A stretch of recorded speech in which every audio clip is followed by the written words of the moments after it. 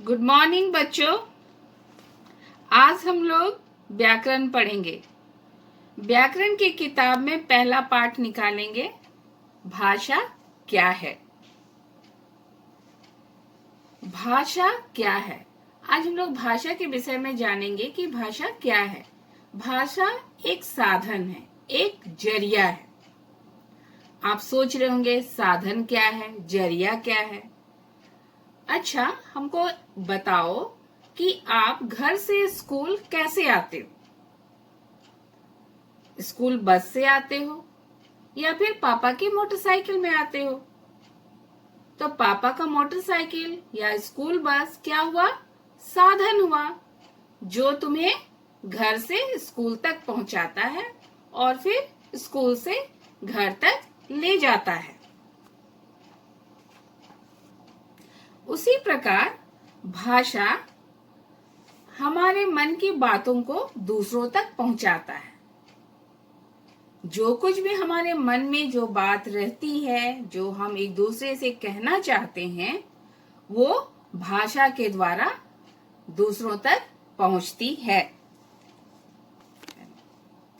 आप अपने चारों ओर बहुत से जानवरों को देखते होंगे, पक्षियों को देखते होंगे, उनकी आवाज सुनते होंगे, जैसे गाय का रंभाना, चिड़ियों का चहचहाना, बिल्ली की म्याऊं म्याऊं, कुत्ते का भौंकना। ये सब उनकी भाषा है।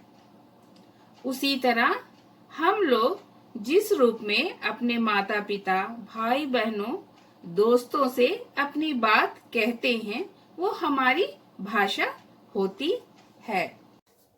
तो भाषा की परिभाषा हम इस तरह से लिख सकते हैं। भाषा वह साधन है जिसके द्वारा हम अपने मन की बातों को दूसरों तक पहुंचाते हैं और दूसरा उसे सुनकर समझता है। अब हम आगे देखेंगे भाषा के रूप। भाषा के रूप, भाषा के दो रूप हैं। आप देख रहे हैं, पहला है मौखिक भाषा, दूसरा है लिखित भाषा। मौखिक भाषा, मौखिक भाषा यानी बोलकर, जो भाषा हम बोलकर करते हैं। मौखिक भाषा हम उसे कहेंगे जब हम अपनी बात मुंह से बोलकर कहते हैं और दूसरा उसे सुनकर समझता है, उसे हम मौखिक भाषा कहेंगे। मौखिक भाषा किसे कहेंगे? जब हम अपनी बात मुख से बोलकर कहते हैं और दूसरा उसे सुनकर समझता है, उसे मौखिक भाषा कहते हैं।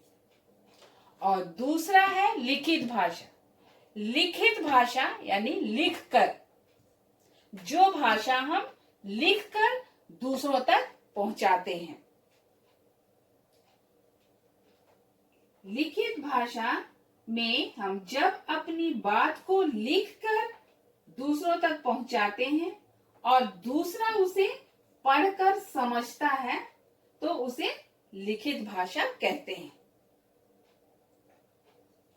मौखिक भाषा में मुंह से बोलकर अपनी बात दूसरों तक पहुंचाते हैं और दूसरा उसे सुनकर समझता है, उसे मौखिक भाषा कहते हैं। और लिखित भाषा में जब हम लिखकर अपनी बात दूसरों तक पहुंचाते हैं या दूसरों को बताते हैं और दूसरा उसे पढ़कर समझता है, उसे लिखित भाषा कहते हैं। मौखिक भाषा और लिखित भाषा के अलावा एक और भाषा है जिसको हम कहते हैं सांकेतिक भाषा, यानी संकेत की भाषा। इशारा करके बात करना। कभी कभी हम लोग इशारा से बात करते हैं एक दूसरे से, लेकिन इशारा से हमारे मन की बात या भाव दूसरों तक ठीक से नहीं पहुंच पाता है, वो इशारा ठीक से नहीं समझ पाता है। इसलिए व्याकरण में इस सांकेतिक भाषा यानी संकेत की भाषा, इशारे की भाषा को नहीं रखा गया है। व्याकरण इस भाषा को नहीं मानता है। हालांकि हम लोग कभी कभी इस भाषा का प्रयोग करते हैं, लेकिन व्याकरण इसे भाषा की गिनती में नहीं रखा है। इसलिए भाषा के दो ही रूप हुए, मौखिक भाषा और लिखित। आज हमने पढ़ा भाषा क्या है, भाषा के रूप मौखिक भाषा, लिखित भाषा। आप इनको पढ़ेंगे अपनी किताब से और इसकी परिभाषा को याद करेंगे।